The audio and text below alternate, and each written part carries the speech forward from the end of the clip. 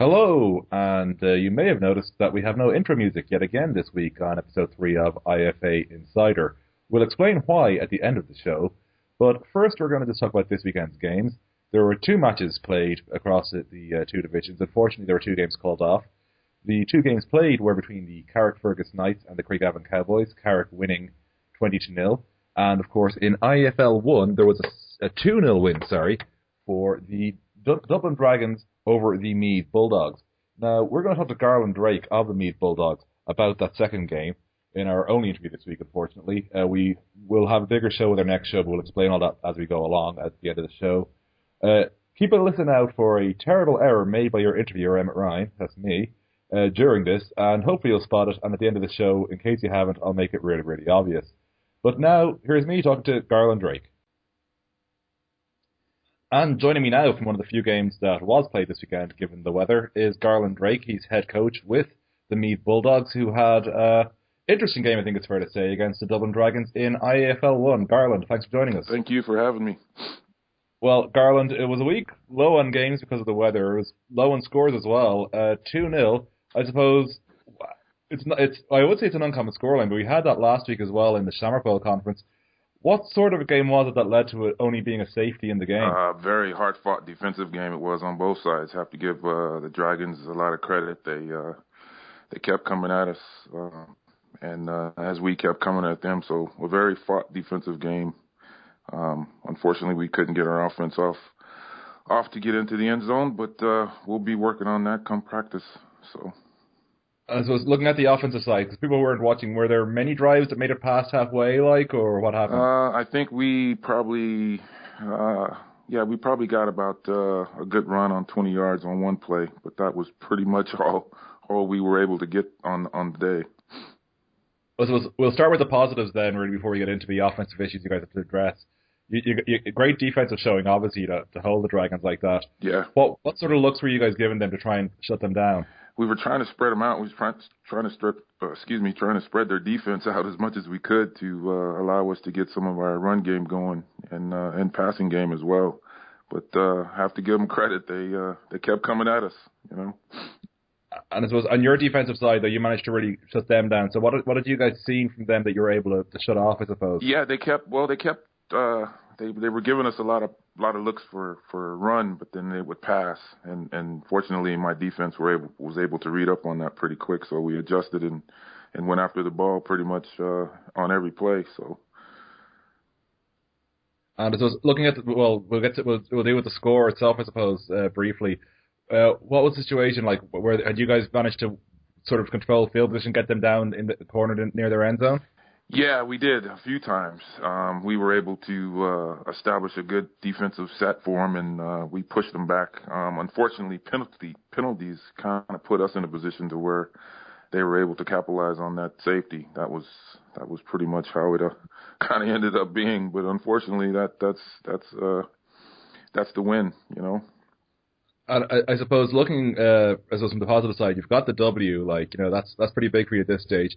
Is there a big gap for you guys now to your next game? Yes, I think we're about a month or so into before the 28th, I believe, is our next game, April. So I was looking at the positive side, a lot of time to work on your offense. What are you going to try and do with the guys in the next few weeks to get that sorted? Yeah, well, in the next few weeks, we just gotta get the guys committed to practice and get in there and get it done and get them to be a cohesive team, because we got a lot of new players and we got a lot of guys that are just coming on board. So this should give us a great opportunity to get those guys more cohesive as an offensive unit and everybody working on one, as opposed to kind of new guys coming in and not fully understanding the playbook and things of that nature. I suppose people are familiar with the Bulldogs, in terms of where your players are coming from, are most of them quite close to where you guys are based, or are they from all over Meath? Jesus, they're all over now. I think we even have a couple guys near Cabin, if I'm not mistaken now. So, yeah, it's a good mixture. We got a lot of Meath guys, and we got a few Dublin guys now as well. So it's very, very good mixture in the team. And naturally, Garden, with your accent, I think most people will guess you're not a local originally. So how did you end up with the Bulldogs? She told me the weather was just as good here as it was in California. I tell that as a joke, but yeah. My understanding is you don't really have seasons in California. It's just lovely all year There you round. go. Yeah. Yeah. Today proved to be totally different, but that's okay. Yeah. And you're working with a man familiar with me, former coach and co-player of mine, Dave Rothwell. How are you finding working with Coach Rothwell? Coach Rothwell, he's like myself. There's a lot of likes that we have together, and football is our passion. And it was a good mix, and it's a good fit. And I am so happy that I was able to keep him on board. It's been great, and it's going to get better. I suppose one last thing, Garan, before we go is, I suppose, because even though you had a great game defensively today, looking ahead, like it is 3 weeks to get ready for the next match. Yeah. Like, what are you going to try and do on defense to try and like step it up a notch, even though you hit your shutout today?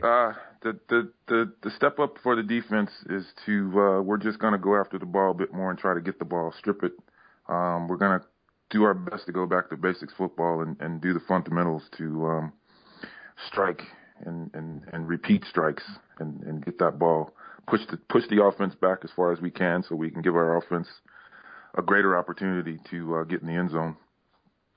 Well, Garland, on a weekend where most players were stuck, at home and able to play, you guys took a W. So congratulations again. Yeah, Thanks for joining well, us. it was the Dublin Dragons that pulled out win today, but I just like to say congratulations to them and the coaches. It was a great game on the day.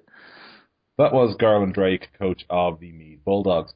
Now, you may have noticed that I managed to mistake the score during the interview with Garland, thinking that they had actually won the game. But fortunately, with the points being made by Garland, it still came out pretty good in spite of that.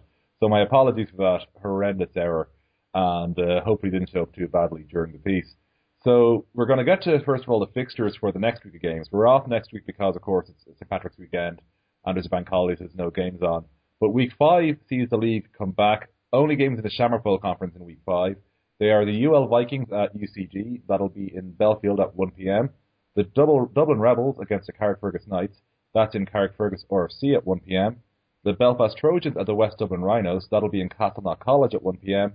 And the Cork Admirals at Trinity College Dublin, which will be in Trinity Sports Grounds, also at 1 p.m. For full details on these fixtures, go to the IAFA's website, americanfootball.ie, and of course find them on Facebook and on Twitter, where you can find them pretty easy enough.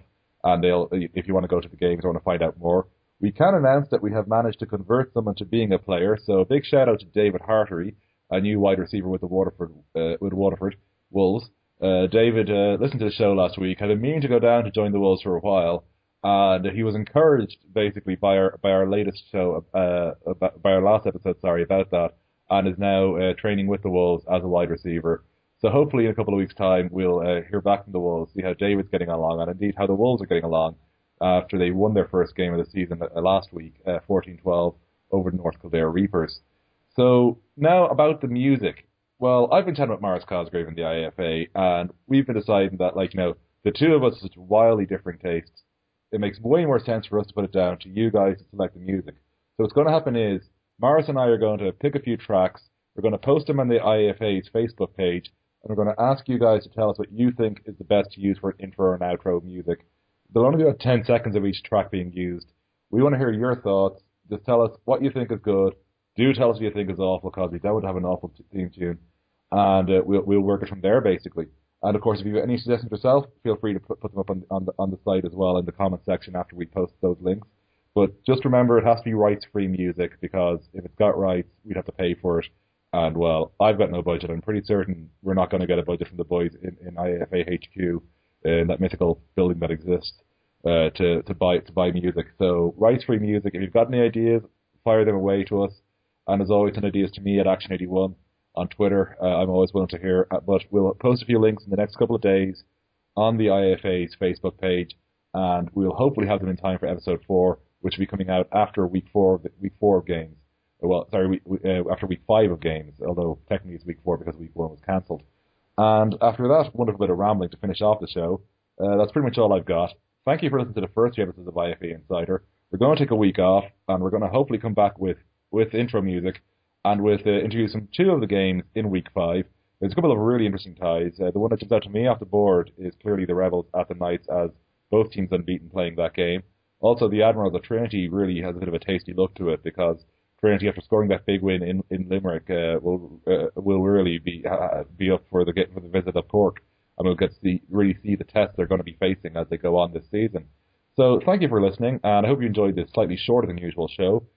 Personally, I prefer the shorter format. But for now, I've been Ryan. Hit me up on @Action81 on Twitter, and thank you for listening.